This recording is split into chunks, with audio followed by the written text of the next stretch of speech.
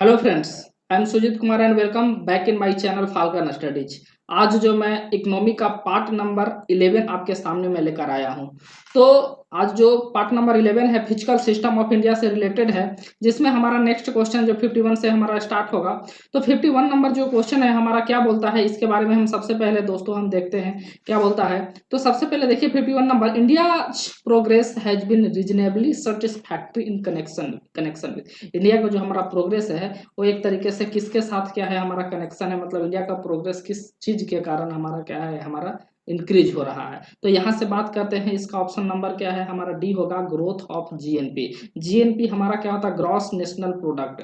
हम आपको बताए थे दो चीज, एक जीडीपी होता है, एक हमारा जीएनपी होता है। तो जीडीपी का मतलब होता है ग्रॉस डोमेस्टिक प्रोडक्ट और ये हमारा जीएनपी होता है ग्रॉस नेशनल प्रोडक्ट। अगर मान लीजिए कि जो भी हमारा कंट्री है, कंट्री का विदिन अगर हमारा इनकम होता है उसको जीडीपी बोलते हैं, और कंट्री के विद इन भी और प्लस क्या है ना बाहर, अगर दोनों मिलाकर बात करें तो हमारा जीएनपी के कैटेगरी में आता है। तो यहाँ पे हमारा जो ऑप्शन होगा growth of GDP GNP.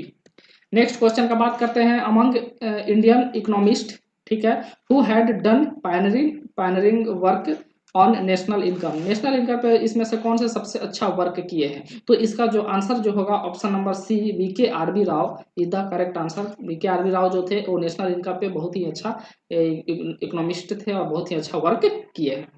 Next का बात करते हैं, who was the chairman of national income committee.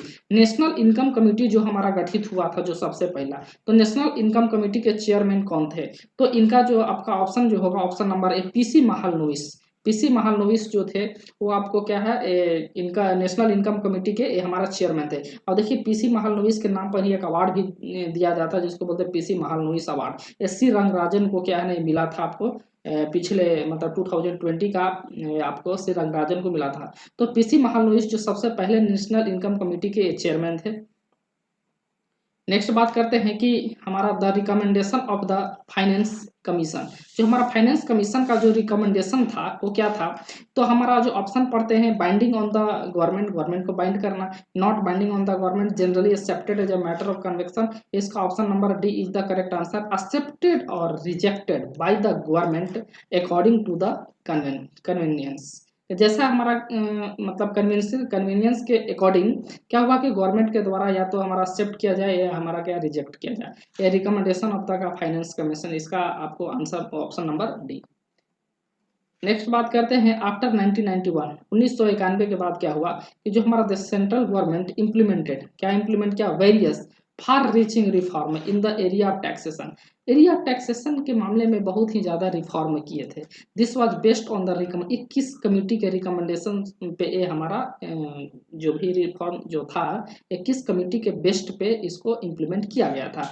तो इसका जो आपको आंसर है राजा चलिया कमेटी, याद रखिएगा बहुत ही टैक्स से रिलेटेड एक कमेटी है।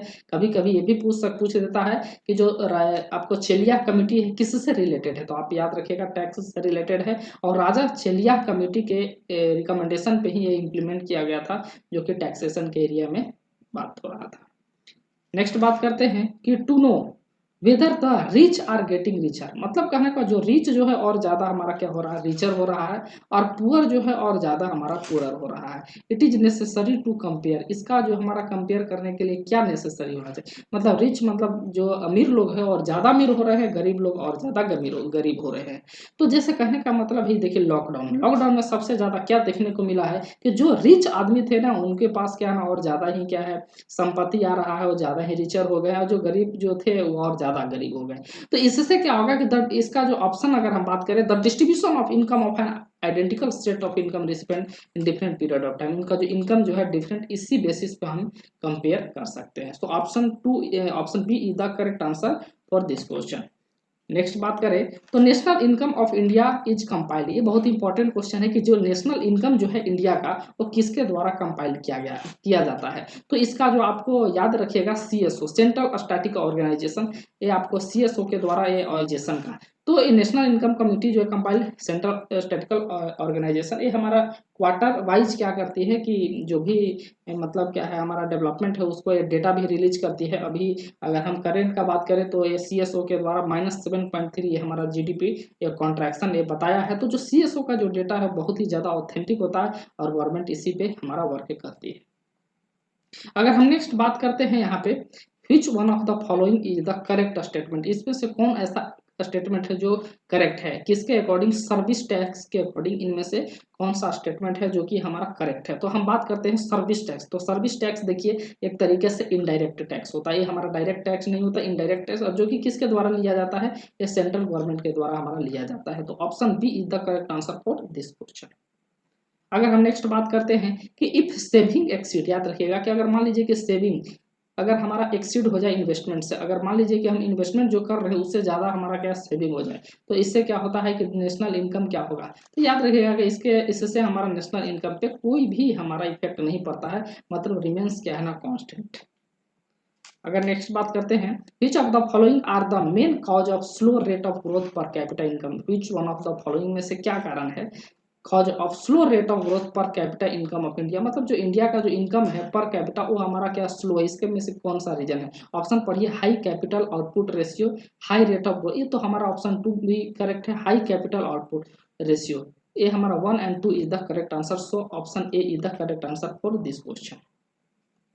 अगर हम नेक्स्ट देखिए, हमारा नेक्स्ट क्वेश्चन है, देखिए इनकम टैक्स किससे रिलेटेड है, corporation tax, professional tax, stamp duties किससे रिलेटेड है। तो सबसे पहले हम बात करते हैं इनकम टैक्स का। तो देखिए इनकम टैक्स जो है हमारा ऑप्शन नंबर ए हमारा 2 से, लेविड एंड कलेक्टेड बाई क्या है, सेंट्रल गवर्नमेंट के द्वारा कलेक्ट किया जाता है, और उसके बाद क्या है, स्टेट गवर्नमेंट के बीच क्या है, इसको शेयर किया जाता है। अगर हम बात करते हैं कॉर्पोरेशन टैक्स का, तो कॉर्पोरेशन टैक्स जो है हमारा कलेक्टेड है, levied and collected by the central government के द्वारा ये हमारा कलेक्ट किया जाता है।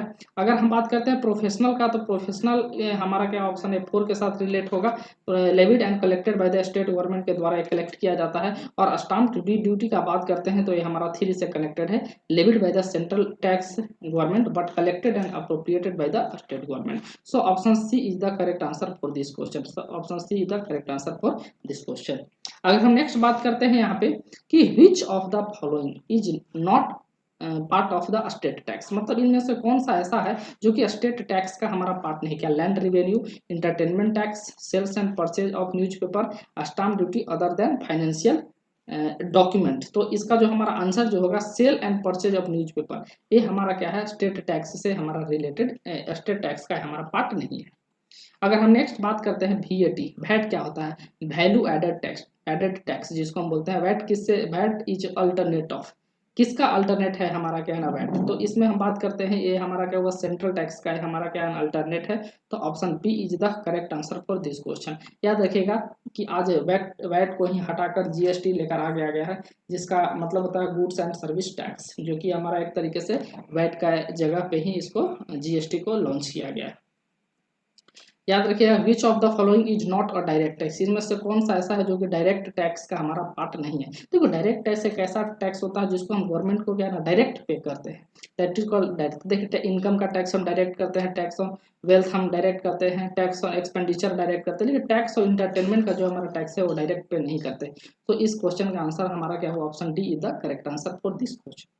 अगर हम नेक्स्ट बात करते हैं इन इकोनॉमिक टर्म के बारे में बात करते हैं, which of the following factor determine the individual demand of a product commodity. Individual के डिमांड जो होता है, इंडिविजुअल के डिमांड प्रोडक्ट का जो हमारा इंडिविजुअल डिमांड है उसको डिटरमाइन कौन करता है। तो सबसे पहले हम ऑप्शन बात करते हैं, price of a commodity, income of the individual, utility and quality of a commodity. So option A भी सही है, ऑप्शन बी भी सही है, ऑप्शन सी भी सही है। So all of the above is the correct answer for this question.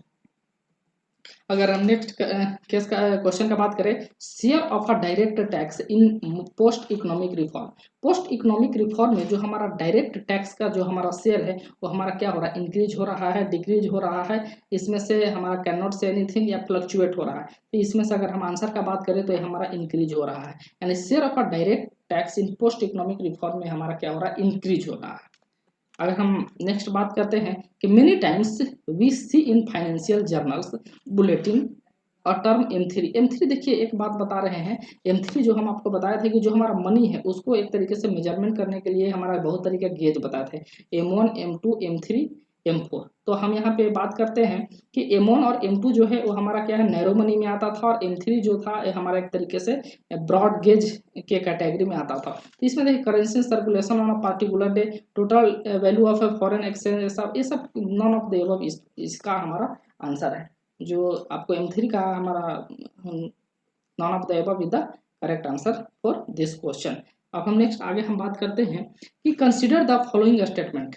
In India stamp duty on financial transaction are levied and collected by the state government appropriate by the union government. Option क्या हो जाएगा? 2 भी इसका हमारा क्या correct answer है, 1 भी correct answer है। Neither 1 nor 2, option D is the correct answer for this question. अगर हम नेक्स्ट बात करते हैं कि tax collection of central government, जो हमारा सेंट्रल गवर्नमेंट है उसका जो टैक्स कलेक्शन है was lowest as compare to GDP. देखिए जीडीपी का जो हमारा टैक्स कलेक्शन है वो हमारा क्या है, एक तरीके से कंपेयर टू जीडीपी के कंपेयर में जो हमारा सेंट्रल गवर्नमेंट का जो हमारा कलेक्शन का जो टैक्स है वो हमारा कब हमारा स्लो रहा है। तो इसमें ईयर आपको पूछ रहा है, तो 1999 से 1999 से लेकर 2000 में क्या हुआ था कि जीडीपी के कंपेयर में जो हमारा सेंट्रल गवर्नमेंट का जो कलेक्शन का जो टैक्स है वो हमारा लोअर रहा है, लोवेस्ट रहा है। अगर हम नेक्स्ट बात करते हैं जो कि हमारा इस सीरीज का लास्ट क्वेश्चन है कि इन इंडिया जीडीपी जी हायर देन जीएनपी। देखिए जीडीपी हम आपको बताएं ग्रॉस डोमेस्टिक प्रोडक्ट और ये GNP gross national product. Gross domestic product हम बताएं अगर कोई कंट्री है इसके अंदर में जो भी हमारा एक तरीके से जो इनकम हो रहा है वो जीडीपी होगा, और कंट्री में और प्लस क्या है ना जो लोग बाहर, जैसे मान लीजिए इंडिया है, इंडिया में जो लोग इंडिया में रह रहे हैं और बहुत सारे ऐसे लोग जो इंडिया में हैं जो दूसरे विदेश में भी रहकर वो क्या करते हैं इंडिया में पैसा भेजते हैं, तो वो सब जो है वो जीएनपी के कैटेगरी में आएंगे। तो जीडीपी और जीएनपी में तो यहाँ इन इंडिया जीडीपी जो है, जीडीपी यहाँ पे हाइयर होता है, जीएनपी यहाँ पे कम होता है। एक्चुअल में जीएनपी ज्यादा होना चाहिए, जीडीपी हमारा कम, तो यहाँ पे GDP higher than GNP because country का क्या होता है इंपोर्ट ज्यादा है एक्सपोर्ट से। इंपोर्ट और एक्सपोर्ट कहने का मतलब है कि ये इंडिया में क्या होता है कि जो सामान जो होते हैं वो ज्यादा क्वांटिटी में आते हैं और जाते दूसरे कंट्री में बहुत कम है, तो इसलिए import is greater than export, तो इसीलिए हमारा क्या है GDP is higher than GNP. तो दोस्तों हम इसी कोट के साथ हम विदा लेते हैं, मिलेंगे फिर से हम नेक्स्ट वीडियो में। A big thanks to all of you.